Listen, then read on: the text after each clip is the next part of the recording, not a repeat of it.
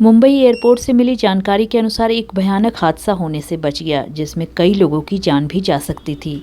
एक फ्लाइट मुंबई से भुज जाने के लिए तैयार थी। सभी तरह की तैयारियां हो चुकी थीं, लेकिन अचानक रनवे पर रफ्तार पकड़ रही उड़ान में ऐसी खराबी आ गई कि जिससे सभी लोग परेशान हो गए, क्योंकि उड़ान का इंजन का कवर खुलकर गिर गया। मुंबई एयर ट्रैफिक कंट्रोलर ने तुरंत घटना को नोटिस करते ही इसकी सूचना दी। इस बाबत जांच शुरू कर दी गई है। एक्सपर्ट की राय के मुताबिक ये घटना खराब मेंटेनेंस की वजह से हुई है। ये जरूर सुनिश्चित करना चाहिए कि उड़ान से पहले सभी प्रक्रिया कर ली गई है और फ्लाइट उड़ान भरने के लिए पूरी तरह से तैयार है।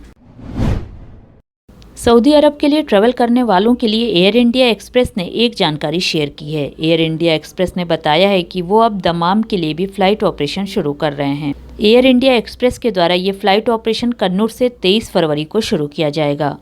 फ्लाइट के लिए टिकट की बुकिंग भी शुरू की जा चुकी है। इंडोनेशिया की गवर्नमेंट ने जकार्ता एयरपोर्ट पर फॉरेन ट्रैवलर्स को पूरी तरह से बैन कर दिया है। जो लोग भी इंडोनेशिया के लिए ट्रैवल करना चाहते हैं वो ट्रैवल कर सकते हैं, लेकिन जकार्ता एयरपोर्ट के माध्यम से नहीं। जकार्ता में कोरोना वायरस के केस काफ़ी ज़्यादा संख्या में रिपोर्ट किए जाने के बाद इंडोनेशिया की गवर्नमेंट ने लोगों की सुरक्षा के मद्देनज़र ये फैसला लिया है।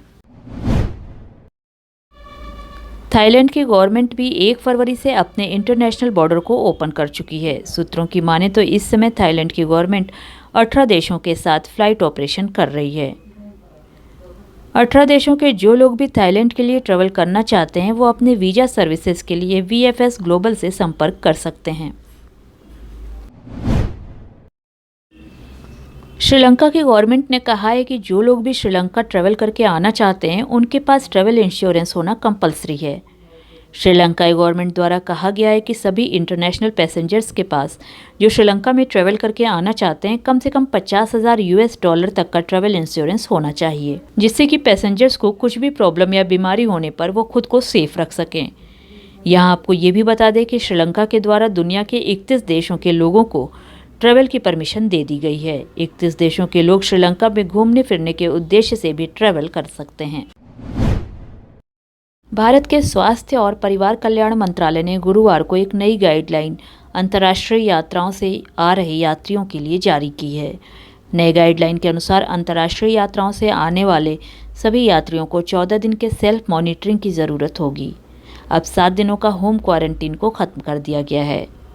नई गाइडलाइन सोमवार से लागू हो जाएगी। इस नई गाइडलाइन में शामिल होने वाले देशों में 82 देश शामिल किए गए हैं, जिसमें Australia, Canada, Cuba, Denmark, Hong Kong, Iran, Maldives, Israel, Mexico, Nepal, New Zealand, Oman, Qatar, Singapore, Saudi Arabia और यूनाइटेड स्टेट्स ऑफ अमेरिका शामिल हैं।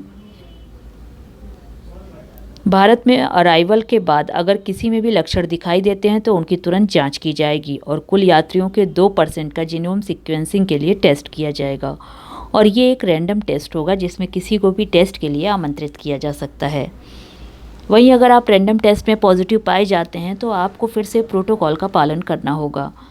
ये गाइडलाइन एयरपोर्ट, समुद्री मार्ग और ज़मीन के जरिए भी अंतर्राष्ट्रीय आवागमन वाले जगहों। फिलीपींस की गवर्नमेंट 10 फरवरी से अपने इंटरनेशनल बॉर्डर को ओपन कर रही है। इसके साथ ही पूरी दुनिया के 157 देशों के लोग फिलीपींस में वीज़ा फ्री ट्रैवल कर पाएंगे। और हाँ, फिलीपींस में ट्रैवल करने के लिए आपको ये भी ध्यान रखना होगा कि फिलीपींस की गवर्नमेंट के द्वारा बनाए गए ट्रैवल रिस्ट्रिक्शन को आप फॉलो करें। जैसे कि फिलीपींस के लिए ट्रैवल टिकट बुकिंग के साथ ही आपको रिटर्न टिकट भी बुक करना होगा। फिलीपींस ट्रैवल करने के लिए आपके पास ट्रैवल इंश्योरेंस भी होना ज़रूरी है।